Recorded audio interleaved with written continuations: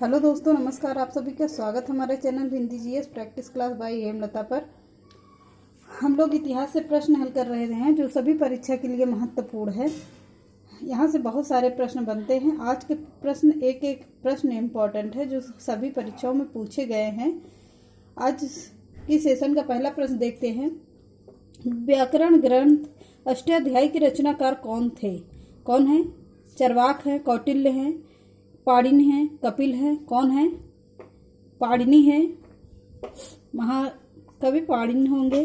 किस प्रकार का मृदमांड पाटरी भारत में द्वितीय शहरीकरण के प्रारंभ का प्रतीक माना गया है?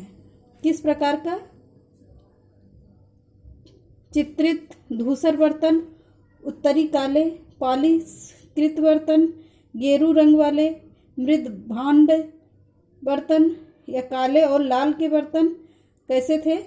उत्तरी काले पालिशकृत वाले बर्तन शहरीकरण के प्रारंभ में प्रतीक माना गया था। सिकंदर महान का शिक्षक कौन था? सिकंदर, डेरियस, साइरस, सुकरात, अरस्तु। सिकंदर किसके गुरु थे? सिकंदर के गुरु कौन थे? अरस्तु थे। अरस्तु के गुरु कौन थे? सुकरात थे। डी ऑप्शन सही है। अगला देखते हैं। भारत में सबसे पुराना लौह युग जुड़ा हुआ है किससे है? धूसर, चित्रित धूसर मृदभांडों के साथ, काले और लाल मृदभांडों के साथ, गेरू के मृदभांडों के साथ, उत्तरी काली पॉलिश वाले मृदभांडों के साथ। कैसा था? चित्रित धूसर मृदभांडों के साथ। ये ऑप्शन सही है। अगला देखते हैं।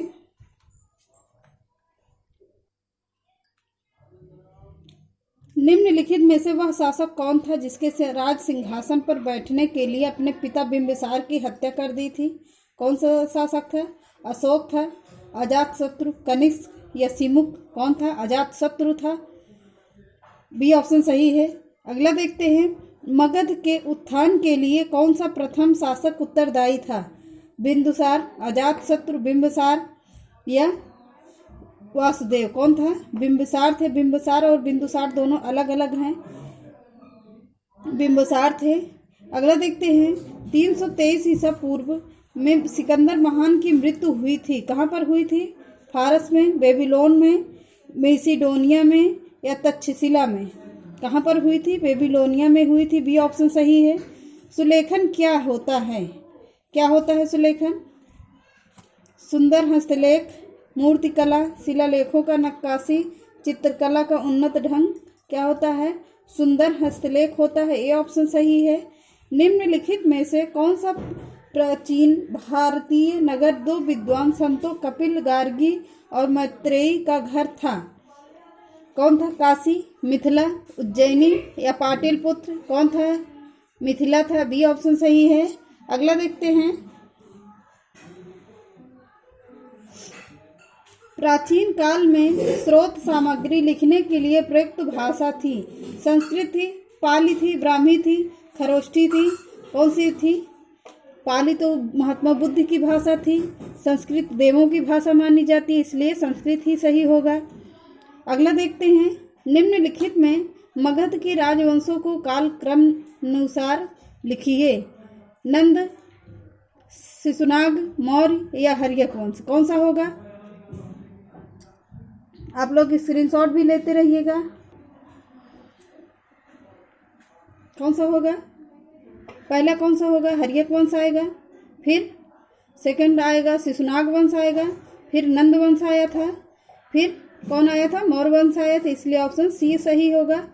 हेरोडोटस को माना जाता है इतिहास का जनक, भूगोल का जनक या राजनीति शास्त्र का जनक या दर्शन शास्त्र का जनक? इसे माना जाता है इतिहास का जनक माना जाता है। अगला देखते हैं। महाभाष्य लिखा था। महाभाष्य ने क्या लिखा था? गार्गी। महाभाष्य एक बुक है, किसने लिखी है? गार्गी ने, मनु ने, बाण ने या पतंजलि ने? किसने लिखा है? पतंजलि ने लिखा है, जो योग गुरु हैं, जिसके नाम पर बाबा रामदेव चला रहे हैं अपना योग। अगला देखते हैं, सिकंदर अलेक्जेंडर को पोरस के सेनाओं ने निम्नलिखित में से किस नदी के आमने सामने वाले तटों पर पड़ाव डाला था? कौन सा होगा? रावी नदी, झेलम नदी, सतलज नदी या चिनाब नदी? कौन सा है? झेलम नदी होगी, बी ऑप्शन सही है। अगला देखते हैं, निम्नलिखित नामों से प्राचीन भारत के चिकित्सीय त्रय की पहचान कीजिए। चरक, सुश्रुत और भरत, चरक, सुश्रुत और पतंजलि, चरक, सुसूत्र, बाणभट्ट, चरक, वात्सायन और बाणभट्ट। कौन से होंगे? चरक, सुश्रुत और बाणभट्ट होंगे, सी ऑप्शन सही है। अगला देखते हैं, अलेक्जेंडर, सिकंदर और पोरस ने लड़ाई लड़ी थी। कहाँ पर लड़ी थी? हाई स्टेपीज में, झेलम नदी के पास, पानीपत में, तराइन में। कहाँ पर लड़ा है? पहला ऑप्शन सही है, हाई स्पीड में लड़ा है। बस आज के लिए इतना ही। तब तक के लिए नमस्कार।